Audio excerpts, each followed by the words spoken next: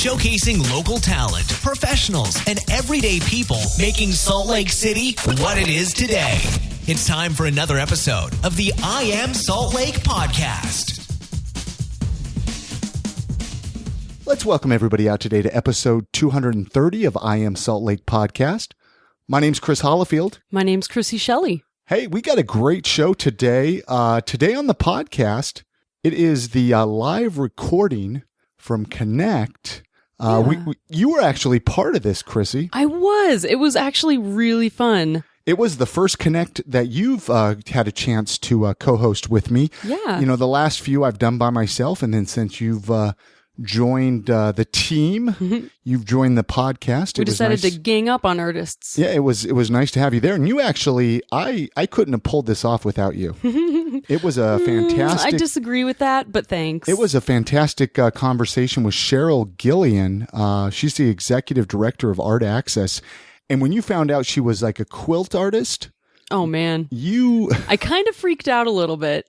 And you have to listen to the conversation. We're going to play it here. I don't want to give too many spoilers. It's really neat because you don't meet many quilt artists. And quilting kind of has run in my family. I have old quilts from my great-grandma. See, and I didn't know this about you. Really? No. Oh, yeah. And I've had quilters say, protect those, put them away, don't ever let them see the light because they're such great quilts. And this lady was so great because when I talked to her about it, she had some different opinions. We didn't actually get them recorded, but I love the way she thinks. Yeah. So we're going to play that conversation here in a minute. We had some great audience participation. Yeah. And then after the conversation with Sheryl, we did some mini interviews with Maughan and Logan Madsen, some artists that had their art at Connect as well. Yeah, they had some cool stuff. And they had some cool things to say. Yeah. So we're going to play that after the conversation with Sheryl, like I said. I do want to say up top, this is a big announcement. Well, it's a fairly big announcement for myself. I get to be the MC this year on the festival the festival stage at the Sugar House July 4th, like street fair they're doing. Yeah, it's going to be a party. It really will. And it's going to happen July 4th, of course, from 10 a.m. to 6 p.m. right there in Sugar House. I'm going to be in between the bands that are playing. There's a whole slew of bands. If you want to find out more about it, go to iamsaltlake.com/July4. I'm going to be there taking pictures, hanging out. Yeah, so come and hang out with Krissie. You can head on over. That link will forward you to the Facebook event invite. That way you can let me know if you're coming and also see all the bands that are going to be playing. Again, that's going to be 10 a.m. to 6 p.m. I'm going to be emceeing the festival stage. So come on, say hello to me. Don't come and not say hello. Yeah, come on, guys. That would be pretty lame. And then at the end, there's fireworks, right? Well, yeah, in the evening, the Sugar House Park. I've never been. You've never been to the Sugar House fireworks? No. Gosh, you got to get out of your cave, Krissie. I do. Those are the best fireworks in Utah, really? in my opinion. The only ones I've seen are in Provo and Orem. Gosh. Well, I've been to the Stadium of Fire, but they don't compare. No, the Sugar House Park is amazing. I mean, it's free for the entire family. You come out, awesome. check out the fireworks. I know Quiet Oaks, I believe, is going to be playing in the evening. Guys, yeah. And I know, you're familiar with that. I actually emceed a show with them one time. Yeah. So anyway, we got to give some love to our sponsor, though. I do love them. Oleo Skin and Beard. Skin and beard. Yeah. Well, yeah. So they're going to make your skin soft and your beard soft. They do. Their salt rub is amazing. Yeah. What is that used for? It's like a salt scrub for your face. For ladies like me in my 30s, it helps with acne. We have wrinkles and acne. Why not? Yeah. But it's been amazing. Well, guys like myself with a beard, we just hide all that acne underneath our beard. I gotta grow a beard. We just use their beard oil and their beard scrub and the beard wash. Their website, oleoskin.com. If you head on over there, make sure to use the promo code IAMSaltLake at checkout. This will give you 25% off of your entire purchase. I believe the promo code, Derek said he's going to be running it through the end of July. So hop on, take advantage of this. But might I recommend go checking them out at the Downtown Farmers Market on Saturdays. I know they do Park Silly for our Park City listeners. You can head on up there and check them out in Park City at Park Silly. But go on to the Downtown Farmers Market. Let them know you're a listener of I Am Salt Lake. That way they know that I'm not just blabbing for nothing. And check out their beard oil and check out some of these salt scrubs and different skin oils. I know Krissie loves all of them. Yeah, I'm a big fan. Ladies, you'll love it. Trust me. Yeah, just head on there, talk to Jen. She'll hook the ladies up. Derek he's the guy with the colored beard, and he will hook the men up with all the beard oils and beard washes. And I think they even got little beard combs and stuff like that. Yeah, and they have handmade wood razor sets. Yeah, but let's not talk about razors. Oh yeah, don't shave your beard. No. Anyway, we also have some GoFundMe sponsors I want to mention. We have a GoFundMe going on right now. We're going to talk more about that at the end of this episode. But if you go to iamsaltlake.com/GoFundMe, all one word, you can find out about the GoFundMe we have going on. We're trying to raise some money here to help the podcast out. Help it keep it moving forward. We need some new equipment and whatnot, but we're going to talk more about that at the end. But our sponsors for this episode, The Dog and Deuce Show, find them at doganddeuce.com, a great local podcast. Tara Norton, Summers Law, Ryan and Emma, good friends of the podcast there, Ryan Prince and Emma, and then, of course, Futzer, good friend of the podcast as well. We're going to chat more after this episode with the live show at Connect. Yeah, about all our adventures. We went to the Utah Arts Fest over the weekend, the Rock and Roll Swap Meet, and Krissie and myself are also going to Chicago here. Yes. In about a week. You follow us, guys. We're going to post all about it online. Let's talk more about that after let's talk Connect. More later. Okay. But anyways, like I said, this is a live recording with Sheryl, the executive director at Art Access. A little bit about Connect. At Connect, we believe creativity can change the world. Every month, we hold free open call art events where all visual artists can engage with their community and share their genius. Artists have an opportunity to show up to 2 pieces of their original art, win a portion of $4,000 grant, and listen to art professionals on how to make it in the art world. Anyway, here's the live recording that happened at Connect at the Urban Arts Gallery in the Gateway Mall. Here it is, folks. Thanks for listening. All right. So thank you. Without further ado, I'd like to turn the time over to our wonderful host here, Chris Hollifield. I feel like I should stand up. I always sit down at the beginning. So I want to grab stand you a up. stool if you'd like. There is chairs up here. I want to invite people to come up here. If you want to sit down, you're fine standing. I just want to invite you up here. Anyway, I want to welcome everybody out to I Am Salt Lake. This is a live recording we've been doing. This is the 4th month, I believe, with Connect, where we get an opportunity to chat with different artists and whatnot, people involved in the art community, and find out a little bit about what they're doing and their opinions on different things regarding to art. And this is actually the first time I'm joined by Krissie Shelley. She's going to be co-hosting tonight with me. She is co-hosting the regular episodes of the podcast, so I figured invite her along tonight to join in on the fun. This will be available at iamsaltlake.com, so you can watch for it there, subscribe to the podcast, and listen in. Tonight, we'll also invite it up. If anybody has any questions, feel free to come up. We'll have a microphone right there. If you want to put that over here, Michael, that way people can grab it. It is very important. I know the first thing you think of is I just want to kind of shout out a question from the audience. But since this is being recorded, it will come out a lot better if you will just come up and say your name and your question, and we'll kind of go from there. But I want to invite everybody to get involved tonight. This isn't just the 3 of us chatting tonight. So anyway, I don't know. I think we'll get going. It's Sheryl with Art Access is joining us tonight.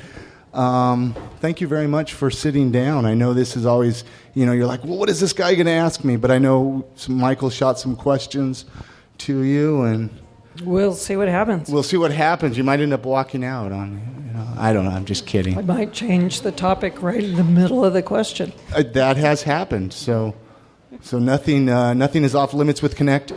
I'm going to actually just a brief introduction, even for people that are here tonight. Share a little bit about who you are, what it is that you do, how you're involved with the art community. Okay. So I can give perspective for both sides of the fence. I am an art quilter and have been for a long time. So I apply to shows and get rejected, just like you do. And I also am the executive director of Art Access, which is over at 5th West, right around the corner from here. So I send those letters that reject you as well as accept you. So I have a unique perspective of being on both sides of the artist issue. Dealing with rejection and non-rejection, I guess. And good stuff. Yeah. Does that ever make it hard for you to reject people? No. Oh, that's good. No. I'm getting really callous in my old age. Have you ever had difficulty rejecting people? Oh, yeah. How did you get to the point that you're at now, then? Well, because I have seen so much art that I make up my mind pretty fast. So it's like it, don't care for it, like it, don't care for it, like it. And what I should say is that my opinion has nothing to do with the quality of your art. It's still very difficult, I think, as an artist. Yeah, it's my opinion. And what I learned a long time ago about submitting art quilts was it depended on the jury. It depended on the mix of material, mediums that they got, the style, and did 6 people submit ceramic exhibits. So then you had more competition than if you were, you cut things out of wood. So opinions are not fact. That is very important to understand. So if I like something or I don't care for something, that's all that means. So, which is why when we jury work at Art Access, we have a committee of about 9 people. And we have very interesting conversations because some people say, that's crap, and other people go, that's awesome. So then we, as a jury, are forced to fine-tune our opinions of the work and to defend them, which is hard because you can't just say, this is amazing. That is a crappy answer. You have to decide what it is you like about it or you don't care for about it, and then somehow we argue it all out, and we come up with a good slate every year. So who should an artist look to for feedback then? So I think you should look to somebody who knows what they're doing, which is to say your mother is probably not a good option. Your girlfriend, your boyfriend's probably not a good option. Your therapist is probably not a good option. Because their job is to validate you and tell you how great you are. And that is not what you're looking for. You may think that's what you're looking for, but that is not actually what you're looking for. So maybe look to other artists. What you're looking for is someone to look at your art, knowing we all have our own biases, you can't escape that, and to give you an honest opinion on your work. And probably someone whose style you admire, because if you try to get advice from someone who's really great but they're completely different style, it might be advice that you can't really apply to your I work. would disagree with you on Really? that. Yep. Because Good. I like we have plenty of art in our gallery that is very good art, and you could not pay me to put it in my house. But I recognize that it is very good art. So there again, you have to separate your personal opinion of the style or the way it's done from the actual art. And the more you see, the easier it is to do that. So it is true, as my young adult children will tell me, that I am out of it and don't know all the styles. I get that. But I still feel like I can look at a piece and have some idea if the person's going somewhere, or working it or exploring, or if they're still at that point where they are creating art for their own sake, which we all do. I mean, if you don't create art for your own sake, you're in the wrong business, because you are telling your story through your art, and we all have different stories. Not one of us has the same story in here. So you are telling your story through art. So put a little bit of themselves in there. You have to. Instead, don't mimic somebody else. Put yourself in there. Yeah. Because some people have a it's hard not time authentic with that, if you don't. Well, whatever you create, you created yourself. So it has a part of you that, there's a reason you chose the topic. There's a reason you chose the colors you did. There's a reason you chose, this, that, or the other thing.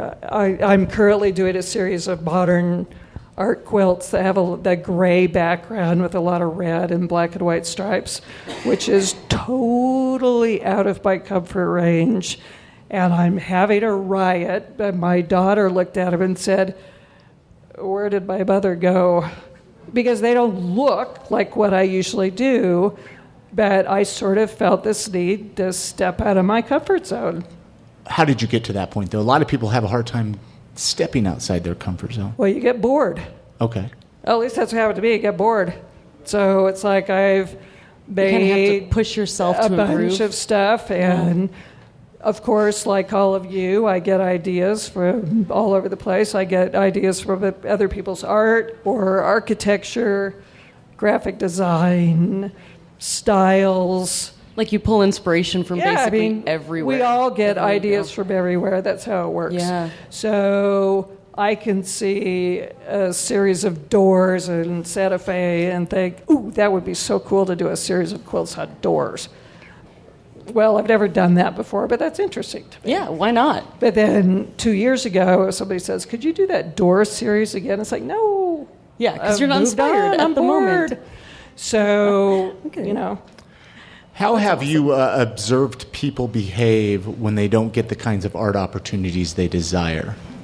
Well, it usually boils down to two choices. Either they sulk and think that the person doesn't know how to judge their work, which could be true, or the artists I prefer to work with, of course, are the ones who say, so what is it about my art that it was not chosen for your gallery exhibits this year? And I think we are one of the few galleries that will give people individual feedback. And I always think very carefully about what to say because my job is not to eviscerate them. My job is to explain why their work was not accepted. So they can take that into consideration. They can go back and do it differently. Or they can say, well, I don't really care if I didn't get accepted. I'm going to make my art for a different reason. That's fine. That's great. But you have to develop a thick skin as an artist because I hope this is not a newsflash to you, but not everybody is going to like your art. It's just a fact. People who love you may not like your art. So you have to be able to separate yourself and what you do and the worth of that from what other people think about it. Absolutely. And from the worth of yourself. Does anybody, Probably. I want to open it up from time to time in our conversation. If anybody in the audience, feel free to chime in. If anybody has any comments on what any of us have said, anybody, feel free to, anytime, just come on up. But What would you say to artists who don't create because they're afraid to not be original? That is an interesting problem because I think you're in the business to create your story. So I would say your story is original because only you can have that story. It could be similar to other people's stories, but you are the only one that has it. And that if you want to create authentic work, you need to put your story forward, whether that's painting or ceramics or quilting or whatever it is. So I will say this also. I think there is a whole lot of merit in looking at work that you like and analyzing it carefully. So there was a reason that great painters used to study the masters, right? I mean, there's a reason for that, because you are forced to create something, and in the course of doing that, you say, I never would have thought of putting that line by that line. I like that. I'm going to continue that on to something else. And I made a quilt that was based on one of Klimt's pieces. It wasn't his piece, but it was based on it. And I was looking at one of his paintings, and I was creating this cape that had all these great golds and blacks and triangles and squares, and I would say, oh, that is pure genius to put that next to that. That's why he's famous, and I'm not, because he thought of it first. But in the course of doing that, that strengthens my confidence, and I think, I'm going to try that on my next quilt. I'm going to try putting this by this by this by this, and then it becomes original. You know, I mean, Matisse started out doing the old masters, and you know what he ended up with were the cutouts. I mean, that was completely and utterly his own style. So there is nothing wrong with studying work that you like that has already been done, but then you need to take that leap to move past that. All inspiration is really drawn from something else. Like a lot of artists will say nothing's original. Nothing is original. This is all true.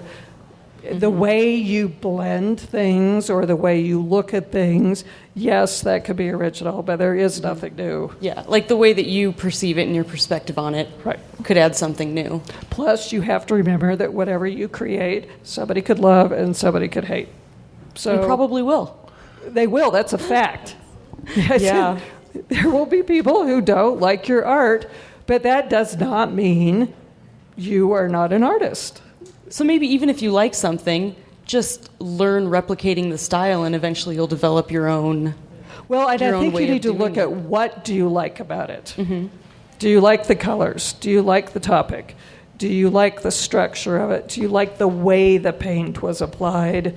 Do you like the spareness of it? Do you like the clutteredness of it? Whatever it is that you like, look at a piece that's been done and figure out why you like it, instead of just saying, I like that, which is really easy to do, but try to think about why you like that. That's really good advice. So right now, every once in a while I have it. She's got good advice for everyone. So right now they're counting votes for Connect. So the question is, how should an artist handle not getting the most votes at Connect? In a few minutes here. I have a very clear opinion on this, which is get over it. I like it. It's still difficult, though. I know, but you know what? There is a difference in art you make for yourself, that you make to enjoy that yourself and to make because it fulfills you. I said we all do that. There is a different standard if you are putting your art out there and asking people either to buy it or to judge it, because that's another leap of faith, because you take this very personal thing that you do, even though it's not you, it feels like it is, and you put it out there and somebody doesn't like it. That doesn't mean they don't like you. And if there were a different person in here looking at this art, they probably would have chosen 5 different pieces that I chose because of what I see, what I do, what I like. So you have got to have a thick skin if you're in the art business. You know this already, because there are a lot of artists out there and everybody's trying to get out there. And so really my bottom line advice is you got to get over it. You just got to pick yourself up and go do something else. I mean, not another art, more art. Yeah. It seems like at some point you have to sell out a little bit. So if you're going to create for other people, maybe if it doesn't speak to you personally, but you know it's something that would sell or win, just use that as motivation for those pieces, and then use your own self as motivation for pieces that you make for yourself. So every artist struggles with this, and every artist has to figure this out, because clearly there are things that go over well with the public, and so everybody wants them, and you start cranking them out, and you think, holy moly, I'm bored, but it sells, blah, blah, blah. But those are the people who burn out fast. Mm-hmm. So if you are not creating work that is meaningful to you, you might as well be putting widgets together in a widget factory, because yeah, you're going to burn out. Looks like we have a question. Yeah, I mean, just kind of a comment on that topic. Just, I know you've come up here just for the recording. Yeah, my name's Soroya Dendera. So I think that when it comes down to selling out, there is no such thing as selling out. Like, you do what is necessary to propagate that work. And as long as you're doing that with integrity, as long as, the basic message of what you're trying to create remains and you don't compromise on that, then you're not selling out. Because, I mean, in the reality, in order to live and in order to continue doing this passionately, you've got to put food on the table somehow. You've got to make sure that you're taking care of yourself as an organism first and foremost. So there is no selling out. It's just another type of job. I like that. I agree with that. Totally. This next question, it's pretty much, you've kind of summed it up in your answer before, but it's how should an artist handle not getting into the gallery, venue, festival of their choice? So I always encourage people to ask for feedback. So whoever was responsible for accepting or not accepting your work, ask for feedback. Could I talk to somebody who was part of the judging and I could get some feedback from them? Because that is the only way you will know how to move on. And sometimes it is as simple as you gave us crappy images. So we didn't have your real work. We had to go off of the images, and the images weren't good. And sometimes it is you didn't follow the directions. We asked for you to fill out X number of questions, and you didn't do that. And we're looking at things like that because, do you have enough business sense to go through, follow the directions, answer all the questions, submit all the images on time? That's huge. So maybe it's something as simple as that. Or the most frequent thing, if it's not one of those things, is what I was talking about earlier, is there's the art you create for yourself because it means something to you and it's your life and you couldn't imagine not doing it. But there is a different standard when you're putting it out in the world and asking people to receive it. And a lot of times that's a difficult boundary to cross. So sometimes people's work just isn't developed enough to be in a gallery, but it doesn't mean that it couldn't be a lot of other places. And just keep working on their art. Yeah. I think Michael is ready. The votes tallied and counted and all the magical potion and we're ready. sprinkles. So on that note, I'm going to turn the time back over to Michael. We're going to be recording a little bit more with the podcast. I have some more questions for Sheryl. Hopefully I haven't been too hard on her. Anyways, so stay tuned after the votes are counted and all that stuff is done, and we'll be doing some more chatting here. So hang tight. And I appreciate the few of you that have stuck around.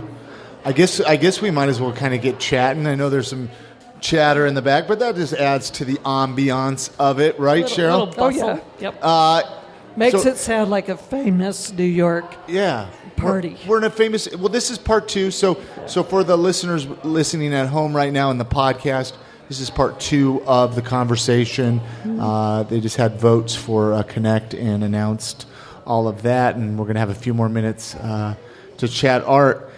At this point, I do have a few other questions that I know were sent to you before, but I have a few questions about you. I always like to find out about the people that I'm chatting with a little bit. You said you're a quilt artist. Mm-hmm. What is a quilt artist? What? I like that. Just get down to brass tacks. Yeah, I mean, what is a quilt artist? So I'm a quilter, obviously, but maybe 20, 30 years ago, a lot of people who were quilters started taking the quilts off beds and putting them on walls. So all of a sudden, it took on a whole new, thought process. And 30 years ago, museums or galleries would not touch quilts as art. So there was a real effort from a lot of people to have that art form recognized as exactly that, as an art form. And then the G's Ben quilts came out, which I don't know if you're familiar with those, but they're created by a population in, I think it's Mississippi, no training whatsoever, and they're the most awesome modern quilt designs you've ever seen. And they're made out of clothing scraps from the factories there. So then artists started saying, wow, there's really some art value in those. And, it's gone from there. And now quilts frequently are in galleries or museums. I mean, now it's like, well, of course they are, but 30 years ago that was not the case. So, yes, I make bed quilts because I'm also one of those people who likes to wrap up in them in the winter. But that is my medium that I work with on the wall. That's just, I've worked with fabric my whole life, and that's the medium I'm comfortable with. Have you dabbled in art like pencil or paints at all? Not much. A little as a kid. Sure. I did ceramics, I did this, I did that, I did sculpture, blah, blah, blah.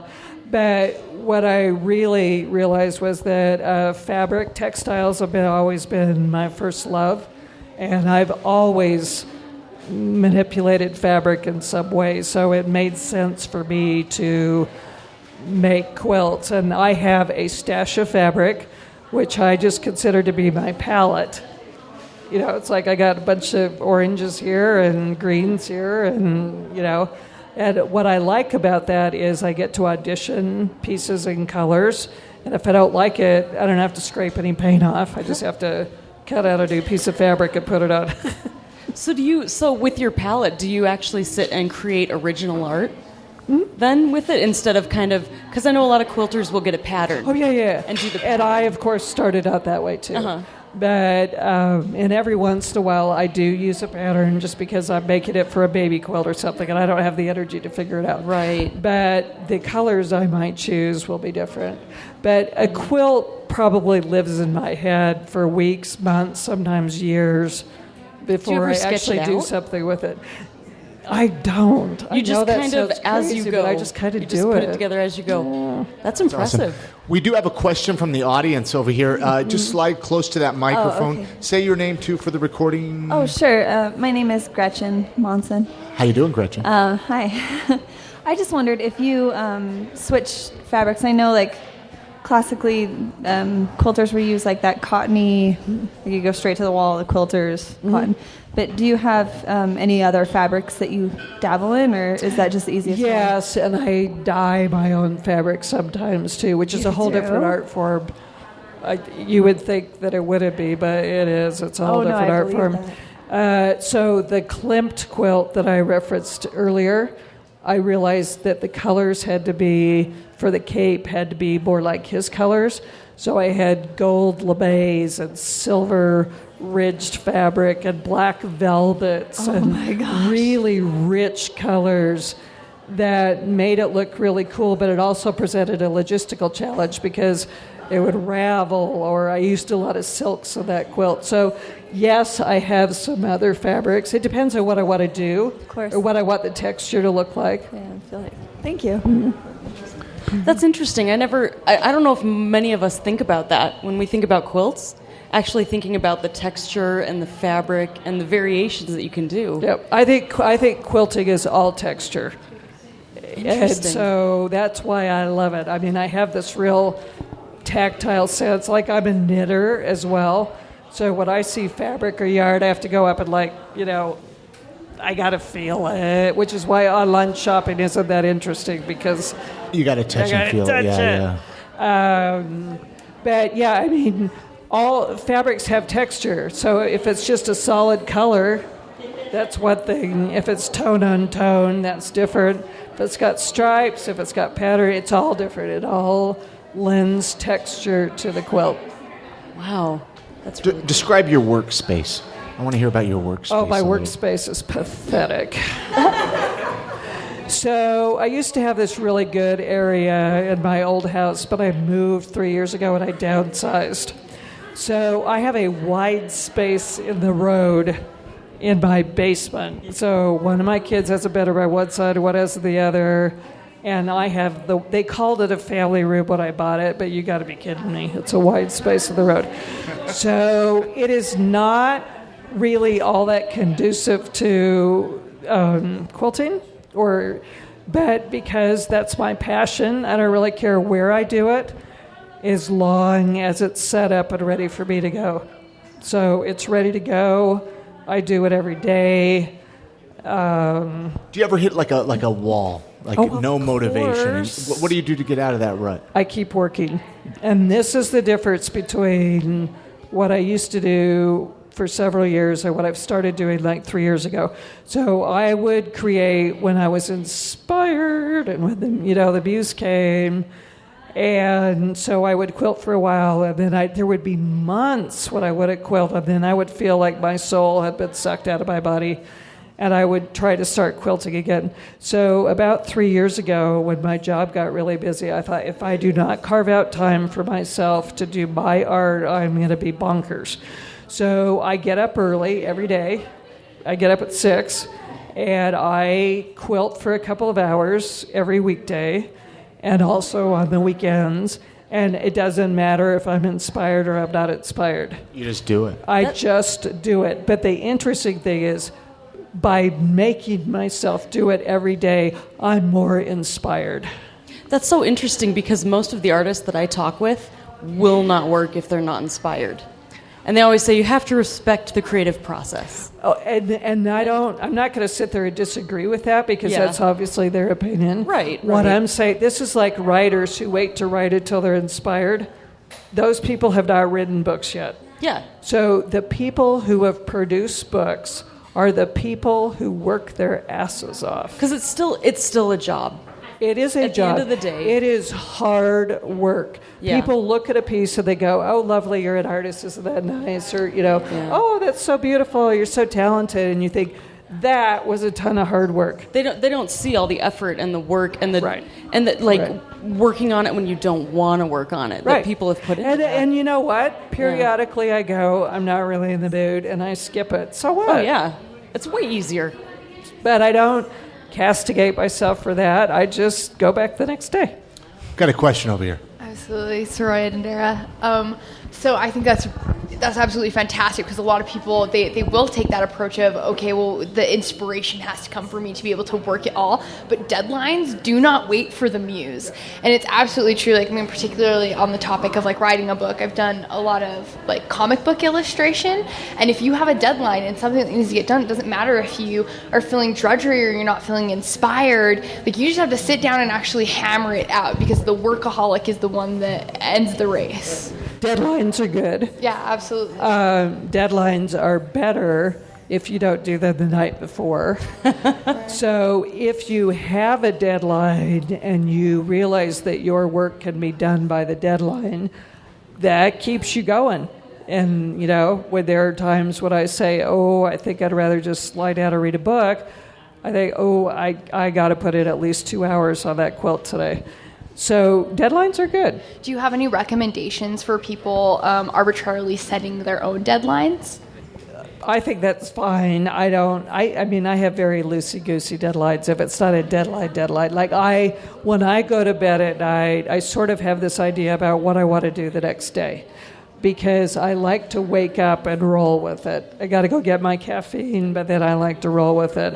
I don't really like to figure out what I'm going to do when I wake up because knowing what I'm going to do the night before inspires me personally to, I'd like to get this done or I'd like to get that done.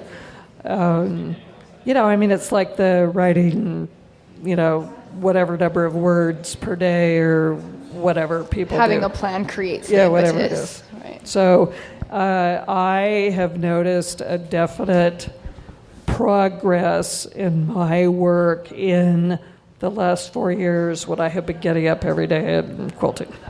Is there a website people can see your quilt stuff at all? No, you don't take pictures of it and display it? Because I have a day job and I don't make my living off my quilts. Yes, I sell them, Well, just to even view them, just to even view some of your quilts. I should make one. I always tell artists I need a website, and then I don't have one. So Or display. Now, so Art Access, for people listening, how can people, is there a website for... That's easy. Art Access, it's accessart.org. And we do have a gallery, although a lot of people don't realize that we do workshops, we have a literary program, we do artist residencies. We do a lot. We have 12 different programs that we do. So it's a large selection of activities to do. So artists who are really looking to expand or get into things should visit that and check out the programs. And also, I was going to mention this before, our call for entries is now open. It does close July 1st. To be able to put art in the gallery. To submit your art for consideration for the gallery next year. We schedule We're scheduling for 2017 calendar year. So July 1st is our deadline. If you go on our website, you can see all the details. It's an online application. And we will meet in early August and choose the exhibits for 2017. Awesome. Looks like we have a question from the audience. If you want to just get close to that microphone. I'm Jameson. I was just wondering, what kind of music, if you do, listen to when you're quilting? Good question. Or do you do it at all? That's funny, because you know what I usually listen to is NPR. Really? Nice. That's my favorite answer. Because I get up and I don't read the newspaper, and I don't watch TV. I do watch Netflix, but I watch TV. Right. So I do want to be marginally informed. So that's what I do. That's my little routine. I get up, I make my big pot of tea, and I turn on NPR, and I plug my iron in, and I go into my little zone. Well, great. Yeah. But if it was music, it would probably be, I like a lot of music. Of course, I like stuff from the 70s because that's, my teenage years. But I like a lot of vocalists. I like Iron and Wine and Beth Orton, and I don't know, a lot of people. Excellent choices. We got a couple minutes here. I don't know if Krissie, do you have a few more questions or sure. anything more I have you want to? so many questions. We got another. We have another question here. Okay. I love these questions. Get close to that microphone too. Okay. Kind of afraid on the stage. Just give me 1 second to calm it down. Okay, so I was thinking about how do you for sure you want to doing for life for the art? Because when I was a child, I learned art. But the problem is my mom kept telling me, you can't make any money for art. Yeah. And then it's like, you have to have a backup print. Yeah. But I hate that. I want to do that full time. Yeah. But how do you change that? Well, so if, I have been one of those people who, since the day I could pick up a crayon, have wanted to do that kind of thing. So that is a lifelong endeavor of mine. I will say this, I know very few artists who make their living off of their art. If they are full-time artists, they usually have a partner with a steady income, or they have a day job, because you can't really make a living being a full-time artist until you have established yourself. So a lot of people I know have their day jobs in the arts. They frame things, they teach, they work for galleries. I'm the director of a gallery. So lots of us have day jobs in the arts. But in order to make that leap to full-time artist, you have got to either have somebody else with a steady income, or you have to have put in enough hours that you can make some money. You can make money off of art, but it's not a backup plan. It's just a wise plan. I mean, but I said your day job could be in the arts, but I do think you need a steady paycheck. Yeah, of course. Even illustration or graphic design is a way to get out. Yeah, seems I like. do that too. I wanted to answer this question about failure. Do I have time to answer that? Absolutely. We got as much time as you want. Okay, because this was such a great question to me. So It was like, why are we afraid of failure? Where does our negative connotation of failure come from? And my answer is, I think the definition of failure is that something did not turn out the way you thought it would. If I'm dyeing fabric and I thought I was getting this beautiful chartreuse and I get this pukey-looking vomit green color, I could say that's a failure. But there's nothing inherent in it being a failure. It's not what I wanted it to be. And I was getting my hair cut the other day, and this woman was really upset about the color of her hair, really upset. And I was looking at it, it's like, I don't see anything wrong with your hair. Like, your hair looks fine. But it didn't look like what she thought it was going to look like. And so she thought it was this catastrophe. So I think failure is your friend. Because if something does not turn out the way you thought it would, you have a couple of really good choices, I think. You either use it anyway because you go, don't you think Jackson Pollock did that? Like, he spilled his paint can on his canvas at some point and went, wow, what if I threw paint at my canvas? I mean, maybe it was deliberate, I don't know. But I think if you make a mistake, if you fail, which just means it didn't turn out the way you wanted it to, see if you could do something with that. Like, if I cut up my fabric and I realized that I cut it wrong and now I'm out of fabric and that's no longer available and I really truly had to have that piece of fabric, that forces me to think out of the box about what else could I do to add to it. And the out-of-the-boxness makes the piece better than it would have been if I'd had the fabric. So I think if you fail, you could go with it. Or the other thing is, if it's like, I totally screwed that up, what could I do differently to fix it? So I feel like I fail all the time, and yet I feel like I never fail. So it's an interesting artist thing to me. I love that answer. Yeah. So it sounds like, I like the way you take on it. Like, failure isn't failure, it's just creating without expectations. If I said failure is just, it didn't turn out the way you thought it would. Because if you are applied for law school and you take the LSATs and your score is not high enough to get in, you could say, holy crap, I failed. Well, I don't know. Maybe you're just meant for something else. I mean, you took the test, you got a score on it. That's really all it says. Mm-hmm. The school that you're applying to didn't accept that score, but it's like, so what? So maybe not passing the LSAT means that I better go do something else. And then you find out that other thing you're doing is like so much better than being a lawyer. I mean, I think you just have to keep doing it. Keep putting yourself out there to where your failures take you. Got another question here. Yeah, so this is kind of related to what you were talking about.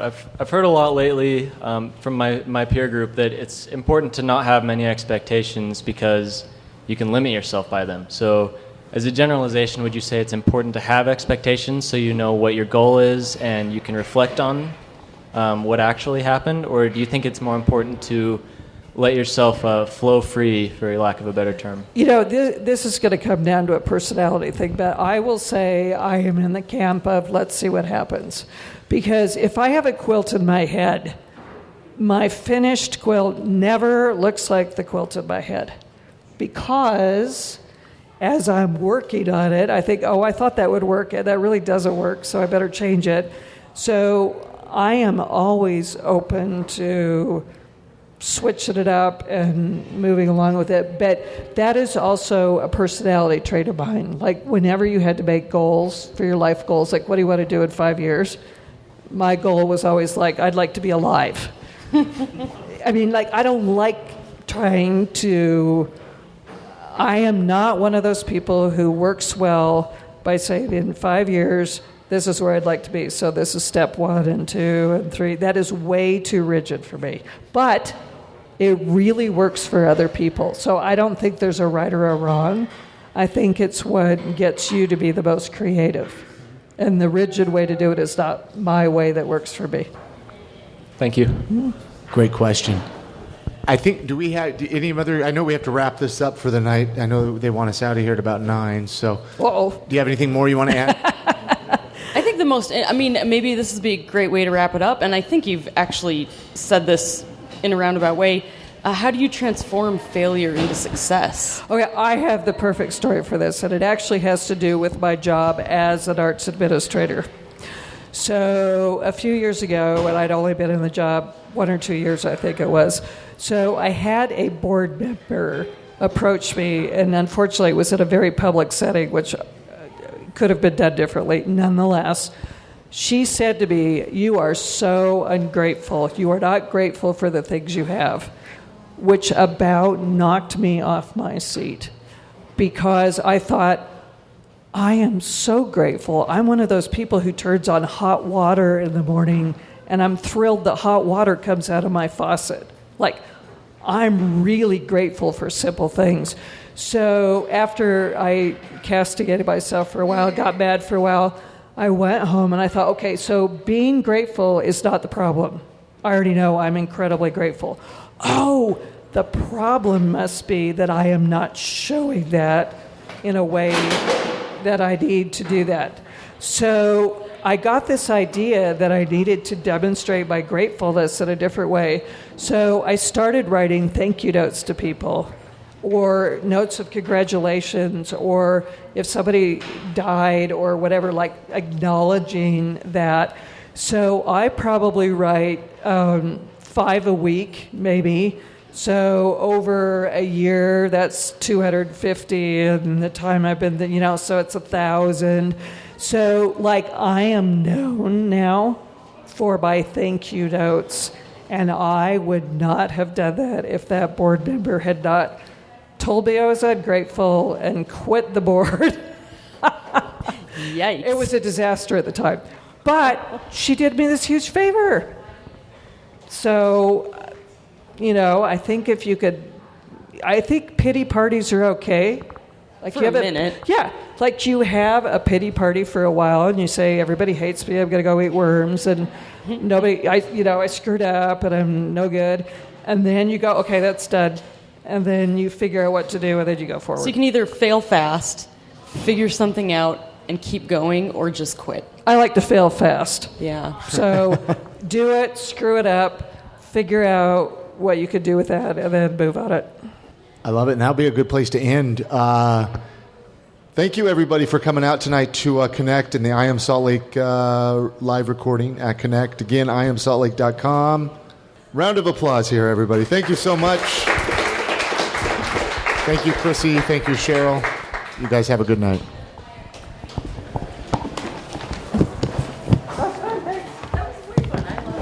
Let's start... I don't know, introduce yourself. Your name. What, for the listeners that are listening, who am I chatting with? Bill Maughan. Okay, just a little bit. A little bit closer? Yeah, just boom. Bill Maughan. Excellent. Are you from Utah? I am. I'm born and raised right here in Salt Lake City. Holiday, Utah. And you're a photographer? I am. Is that what you have? Tell me a little bit about what kind of art you have here. I bring all photographs, but usually they're taken with different cameras. The first time I came here and displayed, or the first couple of times, I brought some Polaroids that I used or took, and I used a large Polaroid camera called a Polaroid Big Shot, which I found at the DI for $3. How did you find film for that? Where did you find that's awesome. The film when I first got the camera 3 years ago was actually pretty easy to find. Really? Fuji Film. Mm-hmm. Makes the pack. It's called pack film for it. Okay. And that's where I get it. I buy it through a store in. You can buy it locally, but the best price is a place called B&H Photography, or B&H. It's in New York, but online. And when I first started buying the pack film, 10 pictures would cost me about $11 or $12. So you didn't have a lot of opportunity to screw up there. No, and I have less now. They stopped making the film a little while ago. Oh, wow. Really? And the pack film, Fuji doesn't make the pack film anymore. I was lucky enough, I shouldn't say lucky enough, I went out and bought probably 50 packs of film. That was smart. At the $11 price. And now you can't get it for $50. Wow. So what got you interested in photography? Let's jump ahead a little bit into there. Do you want to go way back? Well, okay. I mean, how far back you want to go? I want to find out what got you interested in photography. My mother introduced me. However to far back we have to go. And my mother introduced me to photography when I was 12 years old. She took a photo class, set up a dark room, and I just took over. Excellent. I loved it. That's awesome. When I was in high school and when I started college, I worked for a portrait photographer here in Salt Lake, a well-known one. And that's what I thought I was going to do. But I didn't go that direction. And so fast forward, here I am now. But you continue to do it on the side. I did. I got away from it for a while. Oh, okay. And I won't go into the reasons why. But let's just say that I lost a lot of work. And I was discouraged by that. So I walked away for a while. And then I just kind of came back to it. So. What is your favorite, do you have a favorite subject, or what do you like to take pictures of? Teresa, my wife, would really like me to take really nice landscapes. And I like landscapes. They're beautiful. But I just don't have an eye for that. I mean, I guess I do, but honestly, I like people. Yeah. I really like taking pictures of people. Now you mentioned you don't have an eye for it, though. Do you think that's something you're, it just happens, or do you think you develop an eye for something? I think it's a little bit of both. Sure. I think it's something that's inherent in the photographer. And I say I don't have an eye for it. I do. But it's not something that I really do well. I think I do other things better. You have more of a passion for people. Yeah, I guess that's the way to put it. Yeah. More of a passion for people. I like people. They interest me. Yeah. I have a hard time. I'm shy, but I do like approaching people, especially if I have a camera in my hand, especially if I have a unique camera in my hand, like the Big Shot. And people just open up to you. Do you ever feel like it's easier to meet people behind a camera? Oh, absolutely. I hide behind it. Absolutely hide behind it. Yeah. I mean, that's a great segue for introverts to meet people, honestly. Yes. Yeah. Pick up a camera and absolutely. Get out there. Now, people listening right now, can they see your photography anywhere? Can they buy it anywhere? Yeah. I maintain a Tumblr account. I've seen it. It's a great account. Thank you. It's really neat photography. I like it. So I do the Tumblr account thing. I'm not very good at the digital end of things, and I need to learn a lot more about that. Yeah. Because really, in this world, that's the only way to get your stuff out there, to have people see it. And I love all the different ways you can get photography out there, whether it's just Facebook or Instagram. I haven't embraced Instagram yet. Really? That surprises me as a photographer. I think it's, what's the right word for it? I do nude models. Really? And I guess Instagram doesn't like that. Yeah, and I don't want to have to cover up a body part. Censor yourself. Yeah, I don't want to censor. That's it. I don't want to be censored. I don't want to have to censor myself. And I don't want anybody to tell me that I have to censor something. Yeah, because that kind of takes away a little bit from what you're creating. I think so. I mean, what's the point of having a picture of someone if I have to put a big black square over, a body part? Yeah. And I just don't think that's right.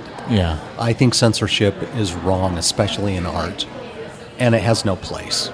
Just has no place. Yeah. Did you say your Tumblr address? I did not. Yeah, it's PARKY1111 at tumblr.com. Excellent. So what I'll do... Parky.1111. Hopefully I remember when this episode goes up, I will put that link at iamsaltlake.com with this, so great. People can go check that out and connect with you.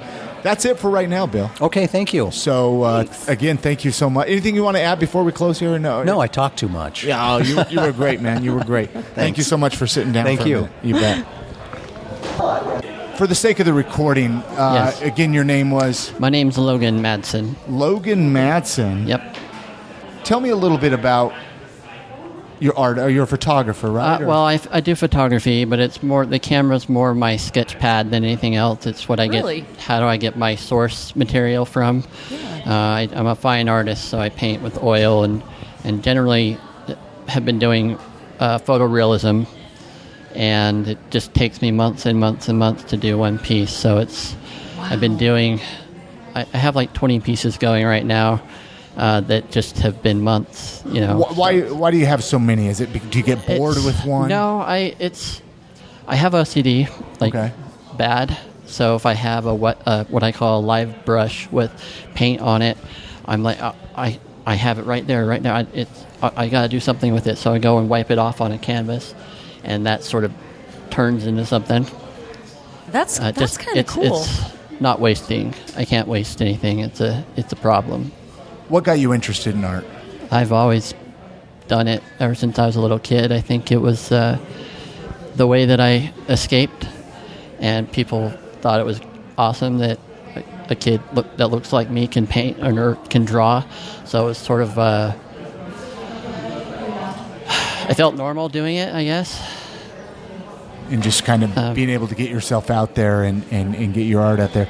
And so do you have any art here tonight at Connect? It's just a little tiny 4x4 of Mount Olympus. It's into dusk.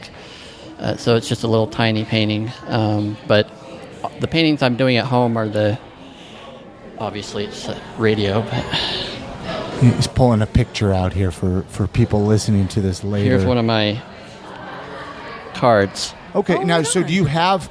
Okay, so let's jump into that question here. Okay, you have a website, Logan Madsen fineart.com. Can I keep this card? Yeah. Because what I'll do is I'll put this website up at iamsaltlake.com with this so people can come and check out. Did you paint the cover?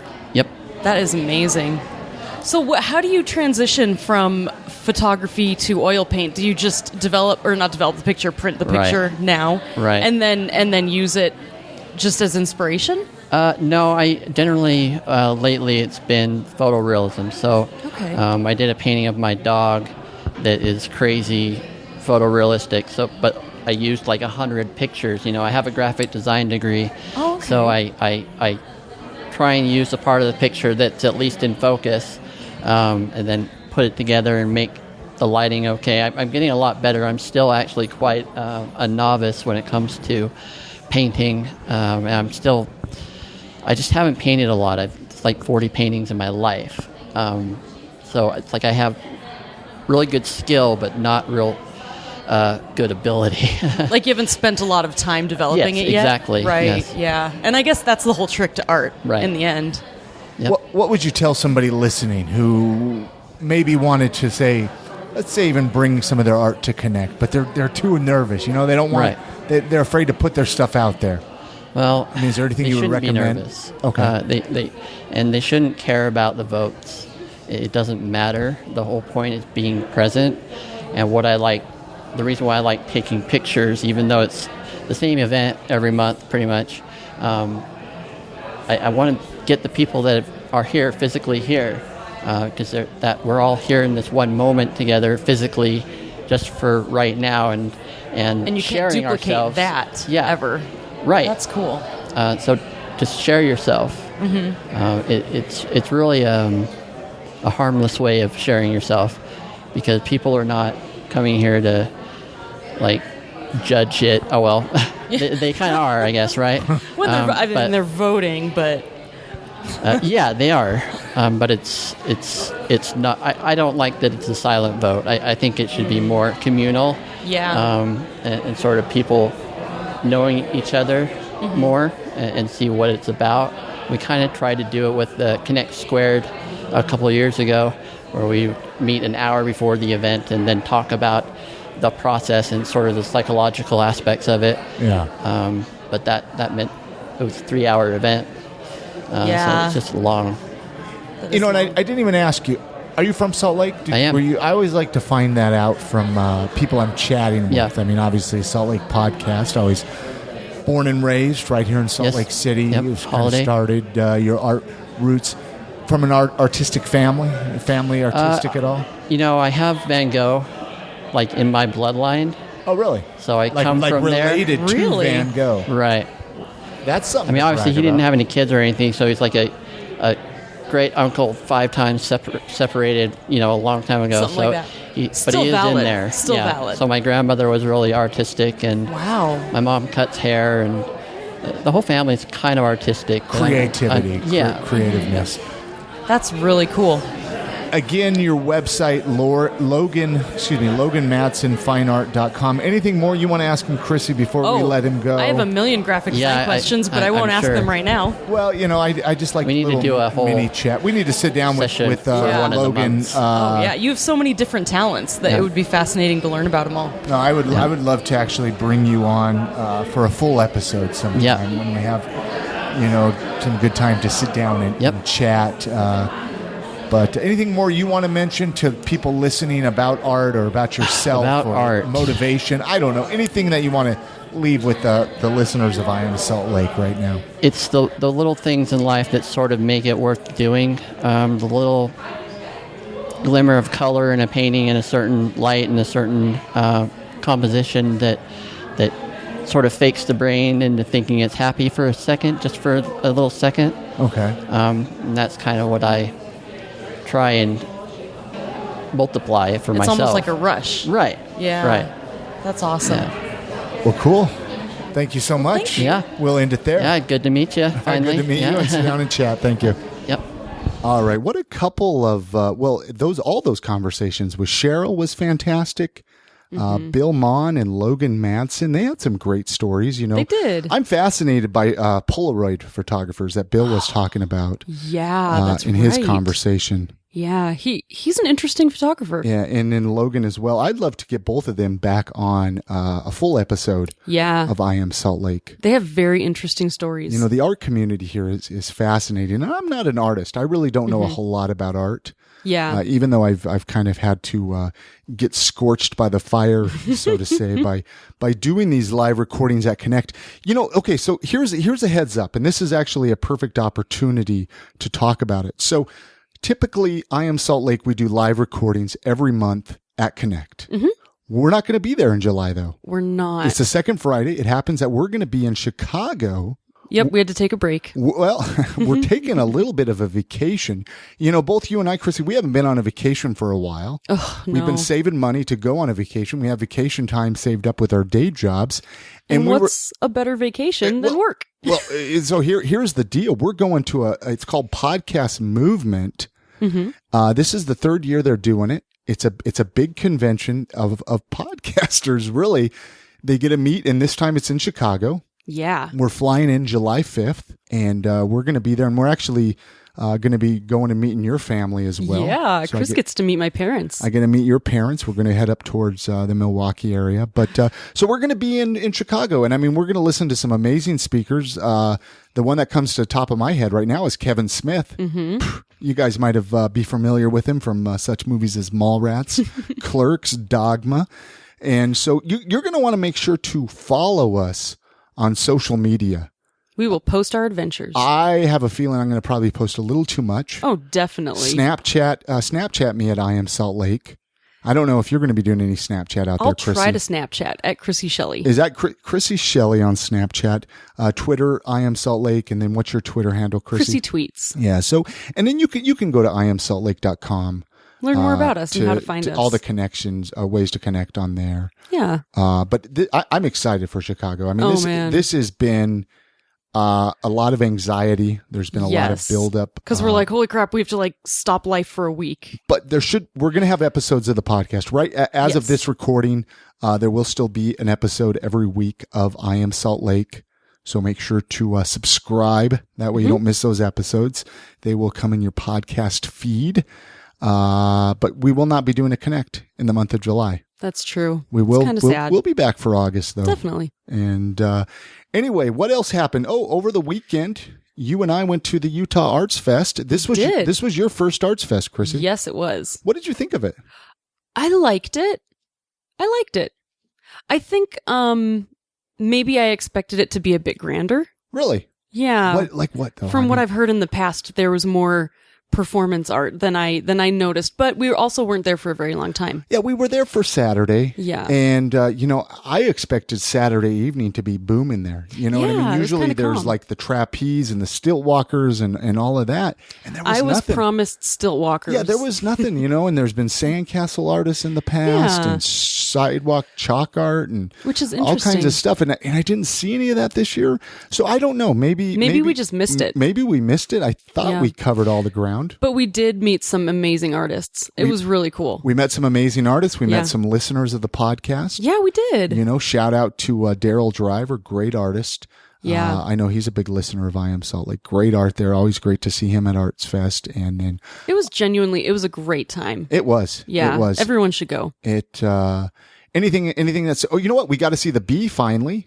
Oh my gosh, I was really the excited bee. to the storytelling with the bee. Oh, so good. This is the thing with the bee, Krissie, is I wanted to go for a while, but it sells out in like 20 minutes. Yeah, and which I had think is a never crock heard of shit. Because this is the thing is if you know they tell people it's going to sell out, right? Right. So if you know it's going to sell out, find a bigger venue.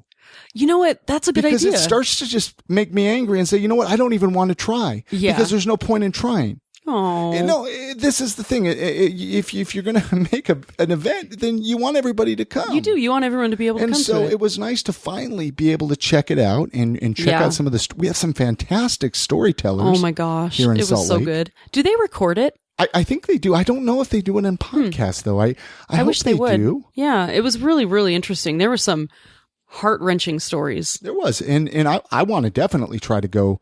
Maybe I will wake up. I think they start selling tickets at like 6 a.m. Holy so maybe cow. I really will wake up. No, and I take that back. It's like Christmas morning. Maybe I can see why people really do wake up when they go on sale. Like they set their Yeah. alarms and they say, okay, I'm going to buy tickets for the bee. Well, how often do they perform? I think every month. Huh. And I okay. know they've done it at the Leonardo, and then they've even done it at Urban Lounge. Oh, cool. And I would like to go and check it out again. Oh, man. It was a little noisy at Arts Fest, with all the surrounding music and stuff. So Yeah. that did make it a little tough, I think. It was a little bit harder. But, it was fun. But there was a lot of energy. It was nice to be able to get a seat and check it out. That's Yes. the point of it. But this was the 40th year of the Utah Arts Fest.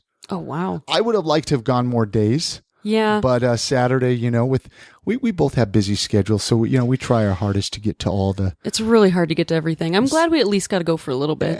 Yeah, absolutely. And I'm happy that I was part of your first Utah Arts Fest Whole bunch of experience, firsts. Krissie. The rock and roll swap meet was today, Yeah. Sunday. It was real. I've never been there either. Neither have I. Really? This was your This first was time my too? first time as What did you well. think? Well, okay. So when I first read about it, I was like, I don't know if I really want to go because I just thought it would be like a bunch of music equipment. Yeah. The way they advertise it, it makes it kind of sound like it's just people selling vintage guitars maybe and stuff like that. And so I was like, I don't know. Is it going to be worth my time? I figured, well, it's Sunday. There's not much else going on. But I was really impressed because I was like, there's actually stuff here that everybody would want. I mean, Kevin from the Heavy Metal Shop was there. Jerem from Crucial Fest was there. I know you got some jewelry. I did. I got some jewelry and I posted it if you follow me on Instagram or Facebook. Yeah. I can't remember the name. It's all good. It's all good. But anyway, fantastic. Go check it out on. I got a little distracted by the shiny objects. You do. You love jewelry. I think I love jewelry. You need to start making jewelry. I do. You I really get fascinated by it. And I don't know what's stopping you. Fear that I won't be any good. Hey, so if you're listening right now, send an email to Krissie at iamsaltlake.com. Tell her to start making jewelry because I think you would make fascinating, awesome jewelry. Aw, maybe I'll try. And I would actually, okay, here's another test. I don't even know if people listened all the way through to these podcasts. Yeah. I want to know, do people listen all the way through to I Am Salt Lake podcast? If you listen this far, send what should we do? Do you have like a secret password? No, just drop an email. Yeah. To Chris at iamsaltlake.com or Krissie at iamsaltlake.com. Just say 2 minutes. I listened to the entire episode because we want to start maybe doing more of this, including more of our life and what we're doing here in Salt Lake City and different things. But, we feel like we can ramble a little bit more at the end of the shows. It's really nice. We can actually talk about what it's like to be in Salt Lake. It's a fascinating city. But, hey, speaking of Salt Lake City, a great way to get around if you're out bar hopping, or if you need to, maybe your car broke down, you even need to get to work. Happened to me. Use Lyft, Lyft.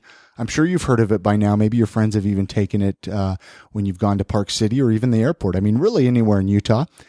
We have a promo code for listeners. I am Salt Lake, all one word. Enter in the promo code before you request your first ride. Unfortunately, this is for new users only. So maybe you have a friend in your group that hasn't used Lyft, or if you've never used Lyft, promo code I am Salt Lake. I know you love using Lyft. I Krissie. still have some of my promo codes. It's great because like I can get anywhere downtown pretty cheap. Yeah, you don't have to use parking. Yeah. Parking. You still have to pay for parking. Parking even after you is spend all not your difficult time. in Salt Lake, but it's a annoying. hassle. Yeah. It really is. Whether it's a 2-hour metered parking or a parking garage, just take a Lyft. Yeah. And the cool thing about this, you got 10 rides that is going to give you $5 off. Yeah. $5 off each ride. $5 off each ride. Yeah. Promo code I am Salt Lake. Check it out. Also, I'd like to know who's used it out there. So Yeah. get in touch with us as well. If you've used Lyft, maybe snap a picture of your Lyft driver and send a tweet. Send a That would tweet be to I am awesome. Salt Lake, or a Snapchat to I am Salt Lake. I'd like to know who's used it. And what have you used it for? Where'd you go? Yeah. What fun things have you done with it? because you don't have to just be a drinker to use Lyft. You don't have to, but it sure is more fun. It is. So many people think, oh, you have to be a drinker to use Lyft. Really? Do people think that? Yeah. Oh, yeah. That's so silly. Or taxi cabs. I work with guys that don't drink, and they're like, I've never taken a taxi cab, or I've never taken a Lyft. But it's just such a great alternative. It's so easy to get around Utah. Yeah. Specifically Salt Lake City. Oh, yeah. I want to talk about the GoFundMe, though, that we have going on, too, because this is Yes. really important. So listen up right now, okay? Before we do get into that, I want to give some shout outs to some people that have made some donations to the GoFundMe.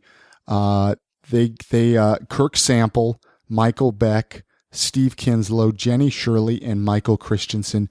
Big shout outs to these people, as well as the sponsors that I mentioned. The folks that I mentioned at the beginning, they gave a little bit more. Yeah. And it's really great that you guys care enough to donate to this cause. Absolutely. It means a lot. It really does. Because I've been doing the podcast solo until you came along, Krissie. Yeah. I had Brian Prince. He co-hosted for a minute with me, and I've had some different people, but I've had to keep constantly reaching into my own pocket.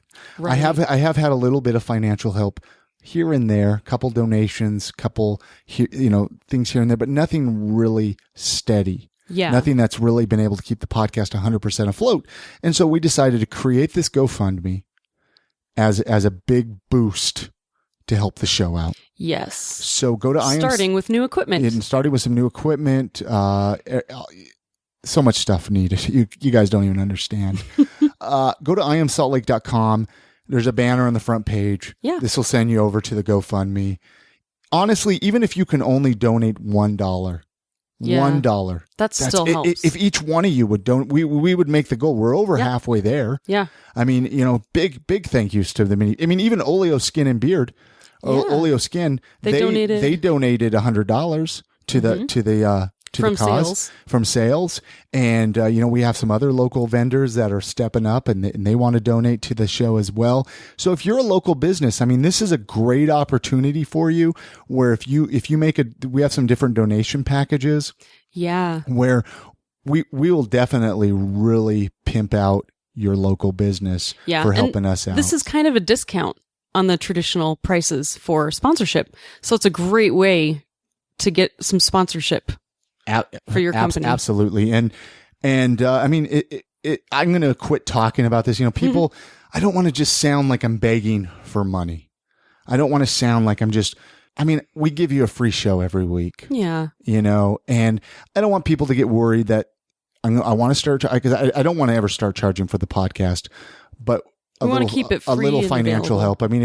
If you have any sort of value from I Am Salt Lake, please consider donating to the GoFundMe. $5, $10. Quit drinking your rock stars for a week. Yeah. Quit drinking your Mountain Dews for a week. You need a good cleanse anyway. But this is just a great way to do it. Let's see, iamsaltlake.com. That's the website. We've mentioned it a few times. Head on over there. You can find all the links for this episode, links for the show, links for iTunes. Make sure you subscribe. We're on iTunes, Google Play, Stitcher Radio, however you can find podcasts. Yeah. Anything else you want to add, Krissie, before we let everybody go? Man, I don't know. We covered a lot of stuff. Yeah, I think we talked about it. And then, make sure July 4th. July 4th. Please come. It's going to be... See me MC. From 10 a.m. to 6 p.m. There in Sugar House. Come get a picture with me. I'll have a big old camera. Well, and make sure, take a picture. I mean, I'd love to take some pictures with everybody because, this is a great way. Come on out. You're going to be celebrating July 4th anyways, and come out and hang out with me. And then, say goodbye as Krissie and myself. We fly away to Chicago bright and early July 5th. Make sure to follow along on Snapchat at I Am Salt Lake. Really important. And then Krissie Shelley. Yep. On Snapchat. So, that's going to do it. Thank you so much, folks, for listening. Many thanks to the kind folks at the Urban Arts Gallery and Connect. Yes. For letting us do the live shows there. It's really fun. And many thanks to Krissie. And you guys have a great week.